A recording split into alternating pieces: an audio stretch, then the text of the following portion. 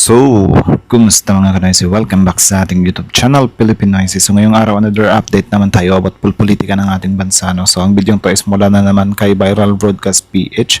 So, meron pabagat na breaking news. Catalina Cabral driver na corner umamin ng utak. Pulong Duterte at Eric Yap kabado na question mark. So yan yung panonorin natin ngayon, men. Bibigyan natin to ng reaction and then kayo na rin din bahalang umusga, no? So again, bago natin simulan, Viral Broadcast PH, supportahan nyo yan. Tapos syempre, kung trip nyo ng mga ganitong reaction video may kasama kayo manood, huwag nyo na rin kalimutang supportahan yung YouTube channel natin, Pilipinoysi. So mga kanoysi, hindi na natin ito patatagalin pa. Simulan na natin, baka agawin pa ng China. Again, nabamagat ng video nito. Breaking news, Catalina Cabral driver na corner umami ng utak. Pulong Duterte at Eric Yap kabado na question mark. So Viral Broadcast page, Attorney Enzo, Pilipinoysi. Like, comment, share, subscribe. Start! Viral and welcome back again to this YouTube channel. Latest update na naman tayo ngayon. Sa mga naganap noong nagdaang mga araw ay naging bala marami sa nangyari kay DPWH Undersecretary Catalina Cabral kung saan natagpuan na lamang ito sa ilalim ng ilog ng Buid River sa Tuba Benguet na wala ng buhay. Ito'y sa gitna ng investigasyon ng Independent Commission for Infrastructure or ICI at Blue Ribbon Committee ng Senado sa nangyaring malalim na korupsyon sa DPWH hinggil sa mga flood control projects at iba pang mga infrastructure project na umaabot ng bilyon-bilyon na pera na nagpagalit sa maraming Pilipino. Nagiging sentro ngayon ng investigasyon at naging person of interest ang driver at bodyguard nito na kasama nitong pumunta ng Baguio. Kita na nag-selfie pa sila sa gilid ng bangin ng Toba Benguet. Iniwan doon si Cabral sa gilid ng bangin at binalikan pagkatapos ng ilang oras at bumalik sa Ayon Hotel na tinuluyan nila at saka nag-report sa mga otoridad noong hindi na makita si Yusek Cabral. Inaasahang ipapasailalim sa polygraph test or lie detector test ang driver at interrogation upang mas madadagdagan. Yung lie detector test talaga, para wala talaga akong tiwala dyan, ano. So, pasensya na. Opinion ko lang din naman yan. Yeah. Kayo, naniniwala din ba kayo? I mean, na-accurate yung lie detector test na yan? Comment down below. Pa ang mga impormasyon sa totoong nangyari kay Yusek Cabral. Ngayong wala ni si Cabral ay nadiskubre ni Secretary of Local Government na si John Vic Rimulya na mahigit umano sa 20 billion pesos ang ill-gotten wealth ni Cabral o nakaw na yaman mula sa mahigit isang dekada nitong paninilbihan sa DPWH at kailangan umano itong kunin at ibalik sa gobyerno. Sobrang yaman umano itong si Cabral at pati ang Ayon Hotel ay siya umano ang nagmamay-ari. Ayon sa mga reliable source ay nabili umano ang Ayon Hotel noong 2018 sa halagang 2.1 billion pesos mula sa dating may-ari ng Holiday Inn, ang dati nitong pangalan, kung saan Grabe, diba? 2.1 billion pesos. 2.1 billion pesos pa. Diba? Ganyan kayaman tong mga to. Ganyan kapaldo tong mga to. Diba? Grabe. Pero may iniano pala si Senator Robin Padilla na minungkahi niya, or I think gagawin niya bang batas yan or whatsoever, na parang ipapatigil niya daw yung pagpapalabas ng 1,000 peso bill, or parang hindi ko kung ano yung exact na pero parang aanuhin niya yung 1,000 bill, 'di ba? Para mapipilitan daw yung mga kinurakot na pera na ilabas. 'Di ba? Kasi parang parang papalitan yung pera, something like that. So meaning kapag papalitan yung pera daw, yung mga tigwa 1,000 na hawak nung mga nung mga kurakot is mapipilitan silang ilabas yon. And then parang in that way daw natin matitrace. So kayo, agree ba kayo doon sa sa mungkahi ni Robin Padilla na ipapatigil, or nakalimutan ko yung word basta yung 1,000 is parang i-e-x niya 1,000 peso bill? Comment down below. Pag-usapan natin yan next time. David Sanchez umano ang may-ari at bali-balitang may relasyon umano sila ni Yusek Cabral. Nadiskubre din na sangkot umano itong si Cabral sa 36 billion rock netting project sa Cannon Road dahil sa overpricing project at ginawang substandard umano ito. Dawit dito si Benguet Representative Eric Yap dahil umano sila ang contractor nitong rock netting project. Subalit, ipinangalan niya sa ibang taong may-ari ng construction company niya. Matatandaang si Yap, ang dating chairman ng Committee on Appropriations noong panahon ni FPRRD, at si Cabral ang naka-assign sa planning department ng DPWH. Kung kaya, ay madali nilang makuha ang malalaking mga project na ito. Kung kaya ay naglabas ng statement si Baguio City Benjamin Magalong kung bakit pabalik-balik itong namayapa na si Yusek Cabral sa Baguio at Benguet. Yun pala ay meron umano itong kamiting na contractor na meron umanong utang sa kanya na kanyang sisingilin. Sa pag-iimbestiga ng Grabe, So meaning, or I mean, may chance pala na pumunta siya doon, 'di ba? Sa Benguet, tapos nagpapatulong siguro siya sa papatulong siguro siya sa mga natulungan niya dati. Tapos parang hindi siya matulungan kaya siguro nag-breakdown at tumalon, di ba? Pwede din yun, di ba? Grabe. Marami ha. So lahat ng mga nakatransact nito, alam niyo na. Kayo na yung isusunod par. Magdasal-dasal na kayo. Otoridad ay nadiskubre sa Ion Hotel na tinuluyan ni Cabral at ang driver nito ang mga antidepressant na mga gamot at melatonin na mga pills na para sa insomnia dahil umano sobra ng balisa at hindi na makakatulog si Cabral sa sobrang stress. Okay. So mga kapunyog, Stress mga kababayan, Di ba? Kasalanan nyo rin yan eh. Yung pagiging stress nyo, kasalanan nyo rin yan. Kagagawan nyo rin yan. Kurakot pa more. Di ba? Kurakot pa more. ayon kay SILG, Secretary of Interior and Local Government Jun Vic Rimulya, aabutin 20 billion. Ha? Grabe. Hindi ko gawa-gawa yan mga kabunyog, lakihan ko nga ito. Ayan o. Sabi yan sa Philippine Star. Balita sa Philippine Star. Cabral's ill-gotten wealth may reach 20 billion pesos. Jun Vic. Yan po yung yan. Di ba? 20 billion pesos. So meaning kung may ill-gotten wealth na 20 billion pesos, sino yung nakakaalam yan? Nasaan yan? Di ba? Sino makikinabang dyan? Di ba? Kaya nga dito sa mga kababayan natin, parang yun nga nagtaka sila. Di ba? Yung husband. Bakit parang talaga siya na ipapalabas talaga na hindi siya ipapalabas na parang confident talaga siya ba na si Cabral na yun at hindi na ipapa-autopsy, hindi na siya nagduda kung inano ba yung wife niya, di ba? Kaya pinagdududahan din yung husband ni Cabral and then ito pa yung isa sa nakakatawa dyan par, posibleng aabot sa 20 billion pesos yung ill-gotten wealth or yung mga nanakaw ni Cabral. Ngayon madadagdagan na naman yung isipin natin na yung pag-fake debt niya nga na yan is afford niya. Diba? 20 billion pesos eh. Parang pwede ka nang gumawa ng dyan ng bagong tao. Diba? Or bumili ng tao. Grabe. 20 billion pesos. Marami na magagawa yun Sobrang dami para. Baka bumili na yan ng lupa dun sa Mars eh. Yung sinabi ni SILG Jun Vic Rimulya, aabutin umano ng 20 billion pesos. Paano niya na-estimate Grabe. yan?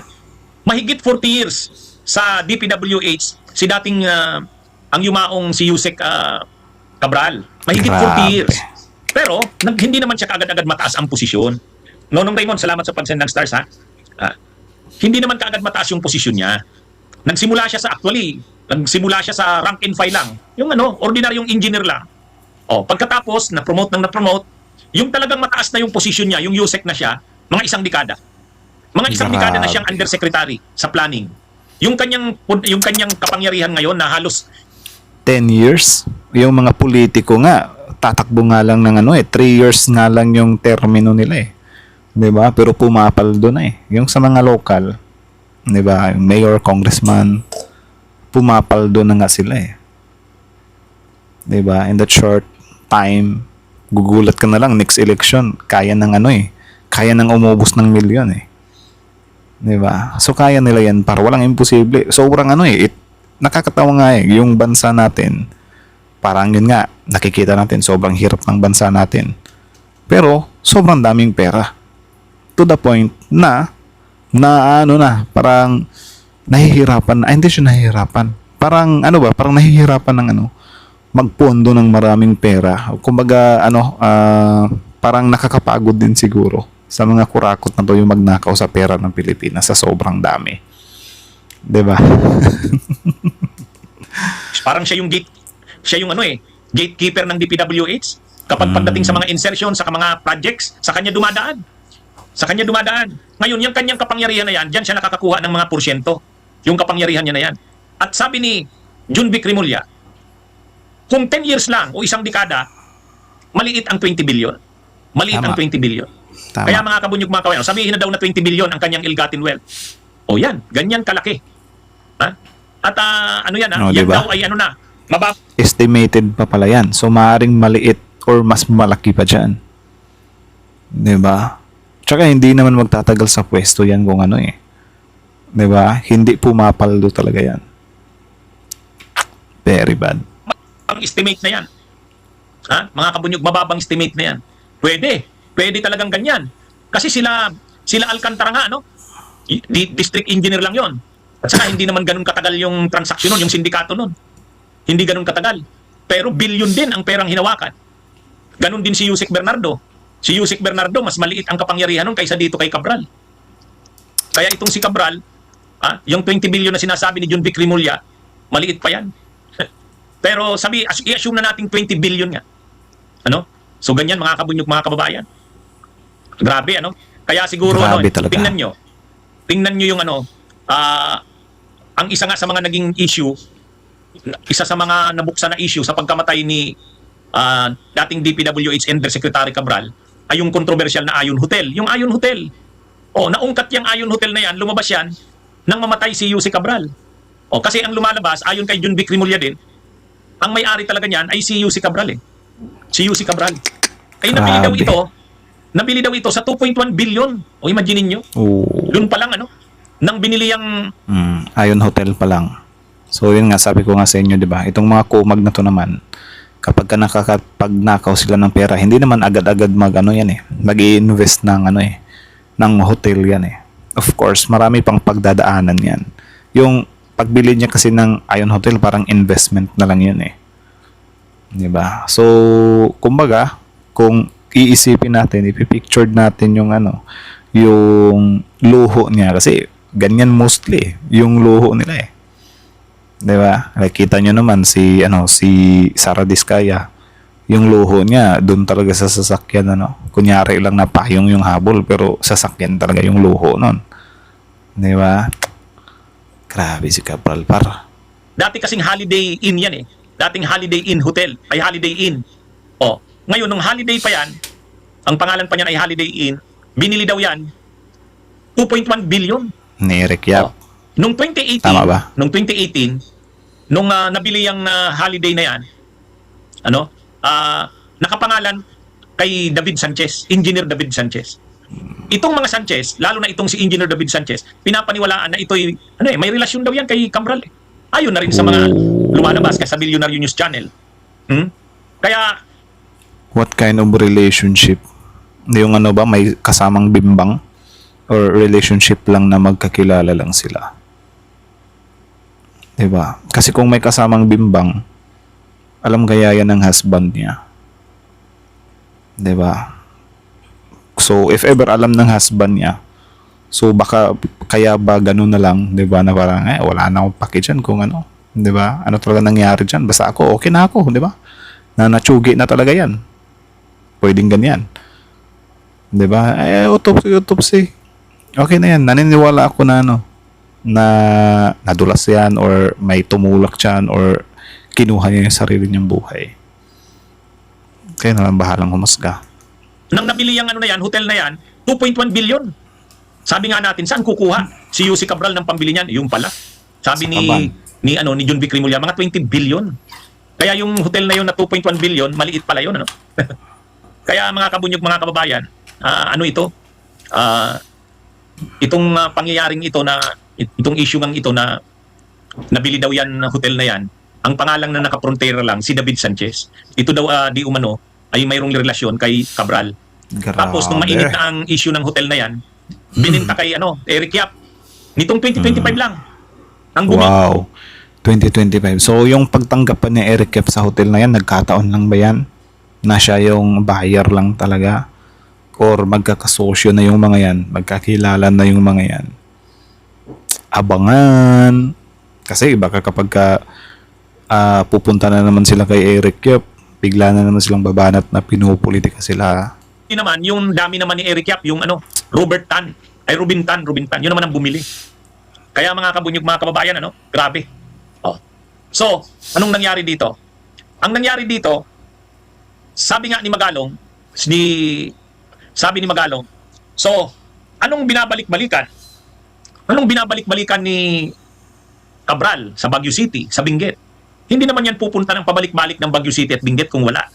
O kaya sabi ni Magalong, ano naman yan alam naman na yan, na yung controversial na rock netting project, 36 billion yon mga kabunyog. Yung rock netting project na yon 36 billion.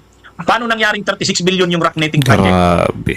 Ang 36 billion na yan na rock netting project, bawat kasi ang estimate kasi noon, ang estimate nung ano na yon, parang 325 lang ang totoong presyo noon per square meter.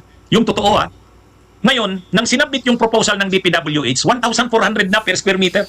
Oh. Kaya 36 billion ang estimate na nakurakot diyan sa rock netting na yan. Ang rock netting, di ba mabundok ang Cordillera, yung Benguet, yung Baguio, mabundok yan.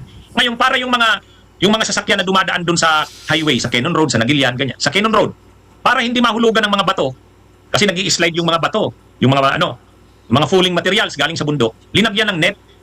Kaya ang tawag rock netting. Parang ano siya, parang yung bundok nilalagyan ng musket, ano ba? Tama ba? Musket ba? Or kulambo? 'Di ba? Parang kinukulomboan. Tama ba? Kulambo. 'Di ba? Yung para sa lamok ba? Parang ginaganyan yung bato. Well, hindi lang naman sa Baguio yan Sa Cebu, sa Bohol, sa kung saan mang lupalop ng Pilipinas, meron namang ganyan. So meaning, lahat ba yan may talaga? 'Di ba? Kaya na balang humusga. Bala kayo dyan. Pero ang budget, kung yung totoo lang na budget 325 per square meter. Pero nang naaprubahan yung budget, 1,400 pesos per square meter. Imagine niyo yung patong. Kaya, ang kinita daw dyan sa maanumalyang transaksyon na yan ay 36 billion pesos. Sino ang dyan? Sino ang may kagagawan niyan? Ang panahon pa yan ni Duterte. Uy! Ang appropriations Uy. Attorney Enzo, wag ganyan. Magagalit yung mga DDS niyan. Baka sasabihin na naman nila, bunggo yan "Oy, ba't na naman kayo lumiko dito?" 'Di ba? Diretso lang. Wag na kayong lumiko. 'Di ba? Kapag sila yung tatamaan, bawal lumiko 'di ba? Bawal ka daw mag-segue, bawal ka daw 'di ba? committee chair noon ay si Eric Yap. At itong si Eric Yap, katransaksyon ni Cabral, ayon kay kila John Vic Rimulya, katransaksyon yan. Ang nagsagawa ng proyekto, yung mga construction companies ng pamilya ni Yap, yung Silver Wolves, ayun. Tapos, gumamit lang ng mga dami. Yung mga korporasyon na yan, ang nakapangalan dyan, ibang tao na, pero kila Yap yan, yung Silver Wolves Construction. Kaya masyadong controversial yan Paano na-aprobahan yan? Dahil nga, Appropriations Committee Chair, si Eric Yap, nung panahon ni Duterte. Si Yusek Cabral naman, planning. Kaya kumbaga sila, matagal na silang may transaksyon dyan. At kahit nung panahon na ni Marcos, panahon na ni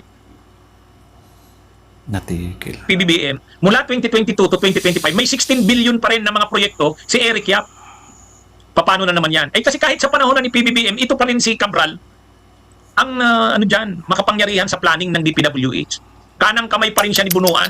Kung nung panahon ni Duterte, kanang kamay siya ni Mark Villar, panahon ni PBBM, kanang kamay naman siya ni Bunuan. Kaya mga kabunyog, mga kawaklahe, grabe Kaya sabi ni Magalong, hindi, talaga namang babalik-balikan ni bakit binabalik-balikan ni Yusek Cabral ang Bagyo, ang Benguet? Marami siyang transaksyon dito Doon.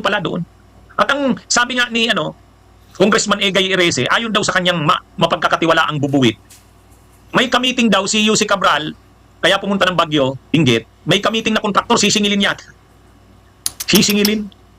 Kaya mga kabunyog, mga kababayan, yun yung dito. Grabe, Grabe, no? Grabe yung business nila dyan, Seryosohan, Paldo-palduhan, Grabe.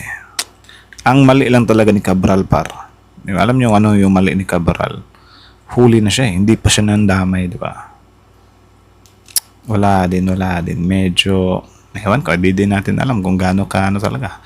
Nakakatakot yung mga tinulungan ni Cabral. To the point na hindi niya talaga kayang idamay, di ba? Kasi kung nagawa niya ngang kunin yung sarili niyang buhay, di ba? Na lang siya, di ba? Mag-repent na lang siya sa kasalanan niya in a way na ituturo niya yung mga tinulungan niya, mga kakurakots niya, kurakot body niya. Di ba? Kasi kung ganyan, syempre, willing ka na ngang kunin yung buhay mo Meaning, kung ititreat ka ng mga taong yan, hindi ka na matatakot sa buhay mo. Di ba? At least, medyo naitama mo pa yung pagkakamali mo or makikita talaga ng taong bayan na nag-repent ka talaga. Diba? Sayang din nag-iisip. Kaya yung Baguio City, yung Benguet, hindi yun talagang maano yan kay Cabral. Kumbaga, una, nai-issuehan na yung Ion Hotel kanya. Pangalawa, nalilink siya doon sa pinangalan na may-ari noon, si David Sanchez. Pangatlo, yung controversial na rocknetting project, involved doon si UC Cabral di umano. At Nako. ayon din kay Irese, may balita sila na maniningil si Cabral doon sa kontraktor. may pagkakautang pa yata. Oh. Kaya kung totoo yung pagpapakamatay ni UC Cabral, kasi halos diniklara na ng mga autoridad na nagpakamatay si UC Cabral. Imagine niyo yung dalawang importanteng pinuntahan niya. Una, yung Ion Hotel. Doon siya tumuloy. Pangalawa, saan siya nagpakamatay? Doon sa Cannon Road. Doon sa Benguet. mismong lugar na bahagi ng controversial na rocknetting project. Hoy, Kaya, don't tell me itong ginagawa ni Cabral na to is her way. 'Di ba? Parang ano pala to, parang medyo solving problem yung style na gusto niya. No, hindi natin sinasabing ito nga, pero what if, 'di ba? Sinadya ni Cabral yan. 'Di ba? Na yung way niya ng pagkanta is doon muna siya manunuluyan sa Ion Hotel kasi kapag bulat-latin ng otoridad yan, makita nila yung connection. Tapos, dito naman sa part ng sa Benguet na yung tinalunan niya sa Cannon Road is yun nga, doon talamak din yung yung panduduga, 'di ba? Ng budget ng Kabanang Bayan. Pwede din yun. 'Di ba? Pwede din yun. Parang ba pare, yung mga crime videos or crime movies like for example, si Poncio Pilato, 'di ba? Kinitil siya ni David, for example lang. So ngayon, since wala na, hindi niya alam kung maabutan pa ba siya ng responde, ang ginawa niya, since may sugat siya, yung dugo niya, 'di ba? Ginuhit niya sa sinulatan niya yung sahig ng letter D, 'di ba? Gamit ang dugo niya. So meaning, yung deads na yun, hindi na makakapagsalita yun kung sino yung kumuha ng buhay niya, pero nag-iwan siya ng hint, 'di ba? Para lutasin ng mga detective. So, yun nga, yung kay Cabral naman, di natin sure kung ganyan nga yung nangyari. Pero what if ito yung way niya, di ba? Na pumunta muna siya sa Ion Hotel, tapos yung sa Benguet. Pero kung ganun, parang ang weak naman ng di ba? Parang hindi naman yung full blast. Tapos yun nga, may nakikita pa tayong kay Liveste na parang hindi natin alam kung, Diyos ko, naniniwala ba kayo doon, par? Yung kay Liveste na Cabral Files daw. Diba? Sobrang hirap paniwalaan, di ba? Okay, siguro kung may video si Cabral, like, ako si Cabral, bibigay ko tong Cabral Files kay Liveste, this is legit. Okay, sana kung ganyan, di ba?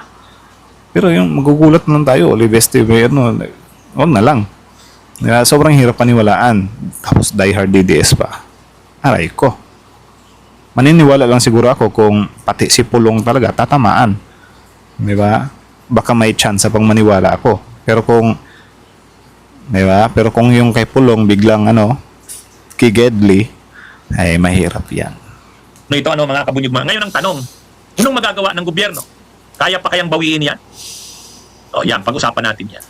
Pero yun na nga, ang ni Magalong, nang inimbestigahan pa lang daw nila yan, sabi ni Magalong, yung rocknetting project na yan. Nakausap niya na daw yung mga involved dyan, nagsabi na sa kanya, nung nasa ICI pa siya, nagsabi na daw sa kanya, sabi ni Magalong, grabe po ito, Mayor, grabe ang korupsyon dito, substandard ito. Iisa lang ang supplier ng materialis niyan. Grabe. Kaya sabi nga ni Mayor Magalong, daw yan? Alam na daw nila na talagang grabe ang anomalya dyan sa rocknetting na yan. Sinabihan daw siya ng mga involved dyan, nakakaalam niyan, substandard talaga, yung mga materialis substandard. Imagine niyo, sobra na ngang tinaasan yung presyo, kasi from 325 per square meter, ginawa na ngang 1,400. Pero, substandard pa yung mga materialis na ginamit. Kaya grabe ang kinita dyan.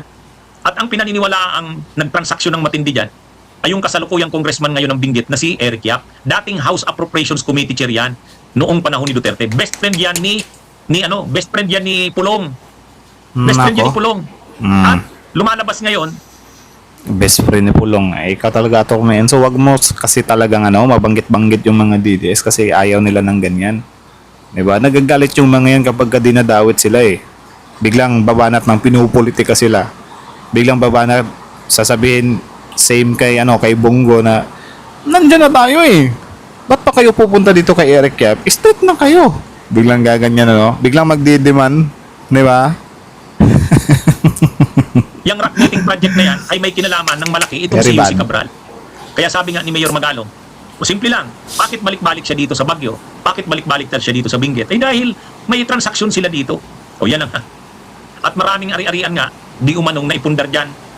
Kaya siguro nung mangyari yan kay Yussi Cabral na namatay siya doon, ano, o nagpakamatay, ayaw na ng pamilyang pag-usapan kasi baka lumabas pa. Ayaw na nilang ipa-autopsy. Ayaw na nilang Yun. pa-imbestigahan. Ang gusto nila, iuwi na kaagad sa Quezon City. Parang ano Yun. na, ang ginagamit na rason ng asawa, di ba napanood natin yung interview sa asawa, bigyan naman daw ng katahimikan yung kanyang asawa. Ayaw raw nilang katahimikan. i-autopsy pa ito. Ayaw raw na raw nilang imbestigahan pa ito. Irespeto naman daw ang kanilang pamilya. Totoo yun. Dapat sana nire-respeto. Kaya lang, iba naman kasi ang sirkumstansya ng pagkamatay ni Yussi Cabral. Unang-una nasasangkot siya sa mga anomalya. Tama. So meaning, yung husband lang din yung ano, nagbigay ng ano sa taong bayan kung bakit magdududa. Ito lang ha, tanong lang naman. Or kayo na lang, laruin nyo sa isipan nyo. Yung 20 billion na ill-gotten wealth ni Cabral. Hindi ba, never bang naramdaman ng family ni Cabral yan? Diba? Knowing na magkano lang ba yung sahod ng ano, na ni Cabral dyan sa gobyerno. Diba? Kayo na lang bahalang umusga. Pangalawa, namatay siya. Suspicious na circumstances. Imaginin mo, nahulog dun sa pangin. O di syempre, hindi normal yun. Kaya yung pamilya, hindi nila maikakaila yan na hindi nila pwedeng isipin na maging normal ang lahat. Unang-una, involved sa anomalya. Hindi naman simpleng anomalya ang pinag-uusapan. Oh, kaya, ano ito? Pero napilitan din pumayag yung pamilya. Kasi kung hindi, matatagalan. Hindi marirelease yung bangkay na yun. Okay, na-autopsy. Ngayon, wala namang foul play. Pero ang lumalabas talaga, nagpakamatay. Ngayon, bakit nagpakamatay? Siguro, sabi nila, dating governor at dating congressman ng Pangasinan, Hernani Braganza, malamang nakonsensya na si Cabral. Kasi grabe na. Pero ang sigurado doon, stress nang masyado siya. Kasi may mga nakuha sa kanyang doon sa huling kwartong tinuluyan niya. Para sa akin, parang malabo yung nakonsensya eh. Siguro na-trap na lang siya. 'Di ba? Or, yun nga, baka ano na lang talaga. Anong tawag dyan? Ayaw lang talaga magpahuli ng buhay. 'Di ba? Or, yun nga, baka blackmail. Pwede din yun. Pero yun na konsensya. 4 decades kang nananilbihan tapos 10 decades kang pumapaldo, 'di ba? 1 decade kang pumapaldo, so mga 10 years din 'yon. Tapos saka ka lang makukonsensya kapag ka nahuli na. Sa Ayon Hotel, may nakuha ng mga antidepressant. May nakuha ng gamot sa insomnia. Ibig sabihin, hindi na siya nakakatulog. So yan, mga kabunyog, mga kababayan. Kundi nakasulat pa lamang. Tama ho kayo, Senator. I mean, itong mga QRF ay pwede hong ma-replenish ho yan ng NDREAM Fund or meron pa isang QRF rin sa NDREAM. No? Pwede ho. Okay, maraming salamat. Inaantok na rin ako katulad ninyo. Thank Inaantok you. din ako. Maraming salamat po. Kakainis sobrang goods ng usapan natin si Cabral tapos biglang lalabas si Manang Aimee sa video. Kakapang-init ng dugo para. So anyways, that's it na lang muna. So again, ang video to is mula kay Viral Broadcast PH. Susuportahan nyo yan. Original video link in the description box below. Tapos syempre, Attorney Enzo, support nyo rin, subscribe nyo rin. Tapos syempre, Filipino IC, don't forget to like, comment, share, subscribe. So kita nyo naman yun par. Di ba? About dun sa billion anak ng tokwa, 20 billion. More or less pa yun. Malakas yung ulan dito Ewan ko lang kung naririnig nyo ako But yeah, tuloy natin. So, yeah, 20 billion. Grabe Grabe. Wait lang. Manonood kaya ako ng kung baka may mga kababayang nagdududa sa sa husband. Gusto ko lang Dapat imbestigahan si Mark Villar, Bunuan at Eric Yap sa rock netting project sa Cannon Road yung sa kanya. Dapat sana maibalik ang batas parusa sa mga magnanakaw. Ang batas ay bitay. Yun. Grabe po, sa DPWH pa lang ang nagpahirap sa Pilipinas Yun lang tao lang ang nakikinabang na sa buwis ng Pilipinas. Actually, Miss Emma, kung sa tingin mo DPWH yung nagpapahirap ng bansa, nagkakamali ka. Sobrang dami pang ahensya ng gobyerno yung mas kurakot pa sa DPWH. Sinasabi ko sa iyo. Nagkataon lang na yung DPWH yung umalingasaw ngayon. Pero kapag kayang ibang part ng government natin, iimbestigahan din yan, mas worse pa yan par. Sinasabi ko sa inyo. No? So, yun lang naman. So, yun nga. Kaya pala, hindi siya kaya pala. Parang, yun nga, yung mga kababayan natin, hindi din natin masisisi na magduda sila, di ba? Na parang yung husband is parang, okay na yan. Di ba? Naniniwala ako na wag nang autopsy. Di ba? Ihawin pa, something like that, di ba?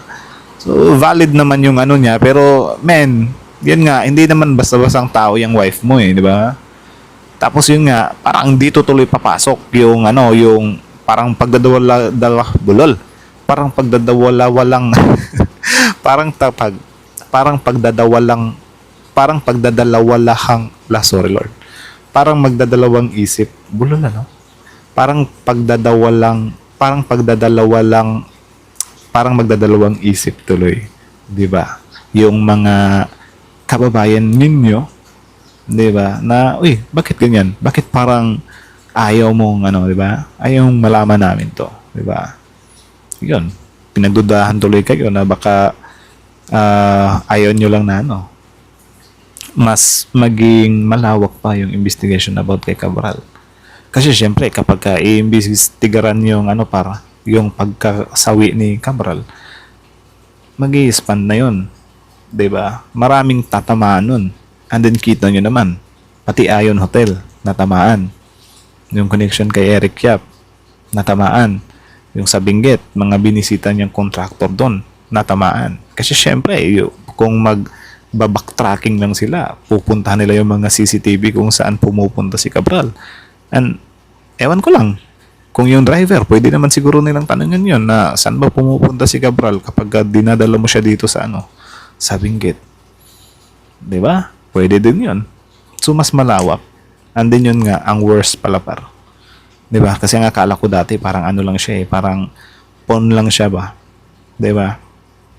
Akala ko dati parang pawn lang si parang pawn lang si parang pawn lang si si Cabral sa mga nangyayari sa DPWH. Pero kung usapan 20 billion, man. 'Di ba? Parang queen na 'yan 'Di ba? Parang queen na 'yan na pinapatakbo ng maraming kings, ganon. 'Di ba? Hindi lang basta-bastang pawn 'yan, 20 billion. 'Di ba? Parang siya yung taga-gatekeep ba? Siya yung registrar, 'di ba? Siya yung taga ito. Grabe. 20 billion, what the heck, man.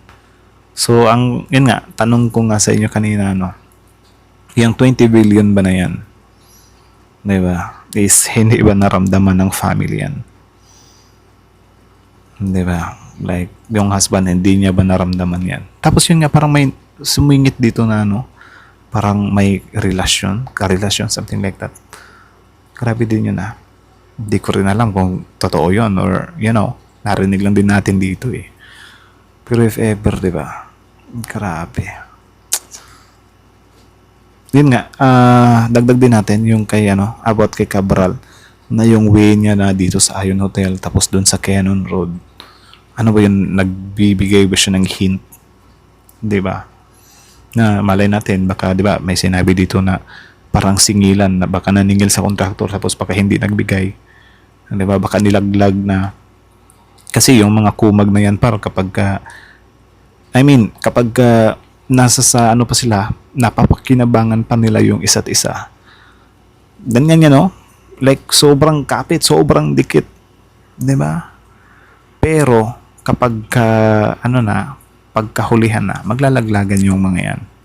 So pwede din, 'di ba? What if yung ginawa ni Cabral, ayaw nyo palang idadamay ko kayo. 'Di ba? Dito ako tatalon dito sa 'di ba? Yung Cannon Road na to na talamak din yung corruption, 'di ba? Pwede din 'yun. Though hindi natin sinasabi na 100% yun talaga yung nangyayari. Pero pwede yun. May possibilities. 'Di ba? Ano kayo na lang din bahalang umusga.